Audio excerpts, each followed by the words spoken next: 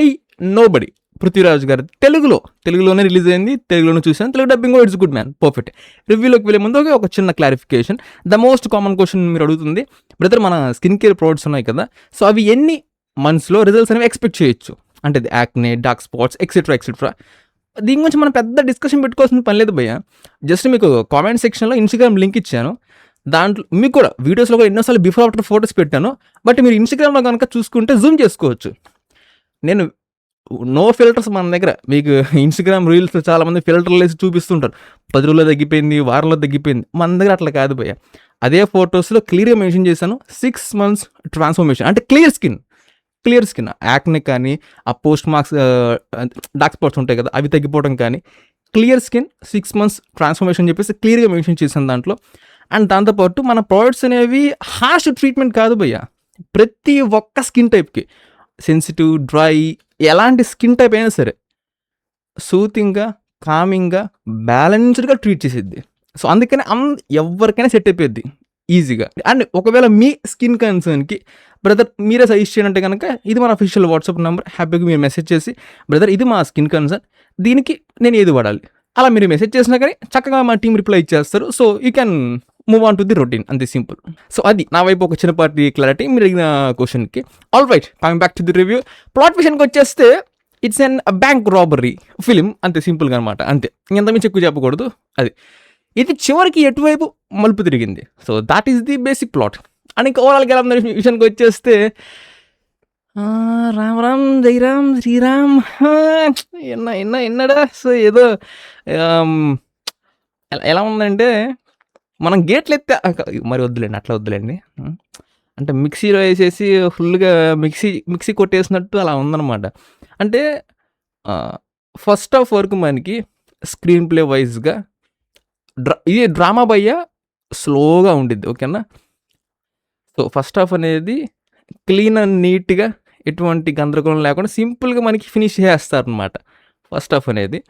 So movie స్టార్టింగ్గా bank robbery దగ్గర నుంచి స్టార్ట్ చేసేస్తారు, which is good, pretty good, straight ఫార్వర్డ్గా వెళ్తూ ఉండిద్ది అనమాట. అండ్ దాంతోపాటే ఇప్పుడు ఆ బ్యాంక్ రాబరీ దగ్గర నుంచి దానితో అనుసంధానమైన ఈవెంట్స్ అనేవి ఇంకా ఒకదాని తర్వాత ఒకటి జరుగుతూ ఉంటాయి అన్నమాట, తప్పు మీద తప్పులాగా జరుగుతూ ఉంటాయి. సో ఫస్ట్ హాఫ్ అయిపోయేసరికి ఓకే, మొత్తానికి మన బాబాయ్ ఇది సిచ్యువేషన్ మొత్తానికి ఇలా ఉంది అని ఒక క్లారిటీ వచ్చింది. ఇంకా ఇక్కడి నుంచి ఫస్ట్ హాఫ్ మొత్తం అంతా అయిపోయింది కదా, మొత్తం సెట్ చేసేసారు, అన్నీ జరగాల్సిన పెంట అంతా అయిపోయింది. సో ఇప్పుడు ఇంకా దీనికి ఎండ్ కార్డ్ ఇచ్చేయాలి, ఇంకా మనకి ఫస్ట్ హాఫ్కి అర్థం అయిపోయింది. సో ఇప్పుడు దీనికి వాళ్ళు సెకండ్ హాఫ్లో మనకి ఎలా జవాబు చేస్తారు, ఎలా జవాబు ఇస్తారు, దీనికి అసలు ఎలా ప్రాపర్ ఎండింగ్ ఇస్తారు అనేది ఆ సెకండ్ హాఫ్ మొత్తం కూడా మనకి ఎలా ఉంటుంది అంటే ఫుల్ క్లమ్జీ అయిపోయింది. అంటే దీనికి ఎలా ఎండింగ్ ఇవ్వాలో అనేది అర్థం కాక మొత్తం జ్యూస్ చేసి పడేస్తారు అనమాట, మిక్స్డ్ ఫ్రూట్ జ్యూస్ చేసేస్తారు, అంత క్లమ్జీగా చేసి పడేస్తారు. సో నాకైతే పెద్దగా ఏం అనిపించలేదు. బట్ నాకు సినిమా ఎండింగ్లో పొలిటికల్ చిన్నపాటి గేమ్ ఉంటుంది అనమాట, పొలిటికల్ చిన్నపాటి జస్ట్ ఒక 2-3 అనుసంధానమైన సీన్స్ ఉంటాయి. సో అది మాత్రం నాకు కొంచెం రియాలిటీకి బాగా టచ్ అయింది. ఆ 2 సీన్లు బాగున్నాయి అనిపించింది.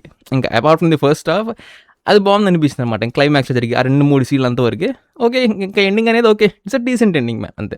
అంటే దీని గురించి ఇంకా ఇంతకు మించి ఎక్కువ చెప్పకూడదు, ఎందుకంటే వెరీ థిన్ లైన్.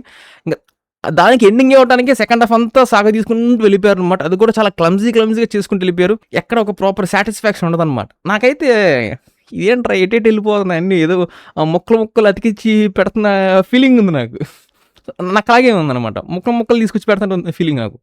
ఇంకేదన్నా కొంచెం చెప్పుకోదగ్గ విషయం, అప్రిషియేట్ చేయాల్సిన విషయం ఉందంటే కనుక ఈ సెకండ్ హాఫ్లో మనకి లెంత్ చేజింగ్ ఉండిద్ది, చేస్ కైండ్ ఆఫ్ బ్లాక్ అనమాట. అది చాలా రియలిస్టిక్గా మెయింటైన్ చేస్తారు. అది బస్సుది కావచ్చు, మళ్ళీ ఎందుకు చెప్పడం. సో అలా అవి చాలా రియలిస్టిక్గా మెయింటైన్ చేస్తారు, అది కొంచెం అప్రిషియేట్ చేయాలి ఆ వర్క్ అనేది. సో అంతవరకే అబ్బా.